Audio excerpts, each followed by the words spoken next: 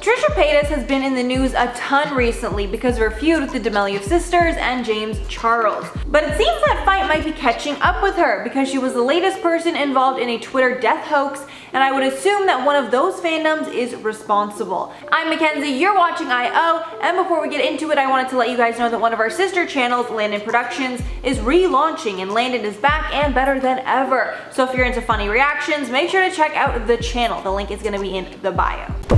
Is the Canada Goose gonna take it on? Oh I'm on top like I'm goddamn Mario, right? I'm just Not today. Maybe tomorrow.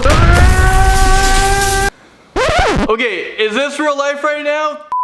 Okay, so on the night of November 30th, hashtag RIP Trisha and hashtag RIP Trisha Paytas started trending. And naturally, everyone was wondering if she had actually passed away and why people thought that she had. Fans started tweeting Trisha like crazy, hoping for a response. But when she stayed silent on her socials, people were starting to get really worried. Apparently, this all started because a small blogging site posted that the 32-year-old YouTuber had been involved in a bad car accident, and that TMZ reported that Trisha had passed away. But obviously, that was not true because the news was nowhere on TMZ's page or social media accounts. And Trisha ended up clearing everything up when she tweeted out, quote, "Oh shit, Twitter thought I was dead? Yikes, I'm alive."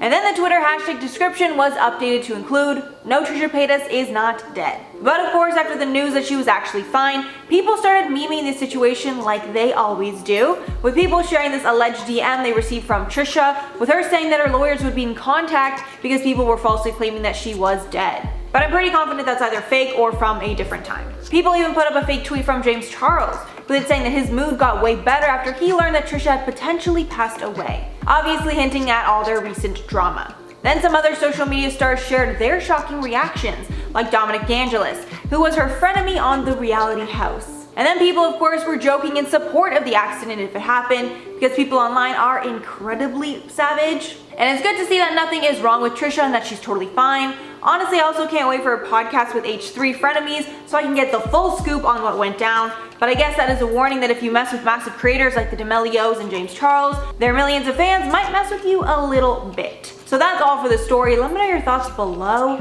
But before I head out, I'm going to shout out some comments from my last video on the Nate Robinson challenge. So Mikasa said, "I hope the internet would have the decency. I wish I had Kenzie's optimism." Yeah, I mean I feel like they wouldn't. I feel like I haven't seen Twitter go after people that actually had passed away. I feel like I've never seen that. Then Arden said, "Even after that fight, I still don't respect Jake Paul until he starts fighting real boxers." Very valid. I mean, Nate Robinson was a first-time boxer. That was his first real fight ever, only had a few months to train. So it wasn't a real fight, and I feel like he wouldn't have that respect if he didn't knock him out. Like, if it was just a regular fight that went all the rounds and Jake ended up winning, he would have no respect. But the fact that he knocked him down really badly twice, I mean, that shows he's actually pretty good. Then Jill said, "Paul has been trolling for an opponent for 2 years and training. Robinson only had 3 months with no experience. Wouldn't be fair if it was basketball nor for boxing. It's just men flexing." I agree, it really looked like a street fight there for a minute. They were just both coming at each other so hot. No control, especially on Robinson's end. So you could tell the inexperience that they had in the fight.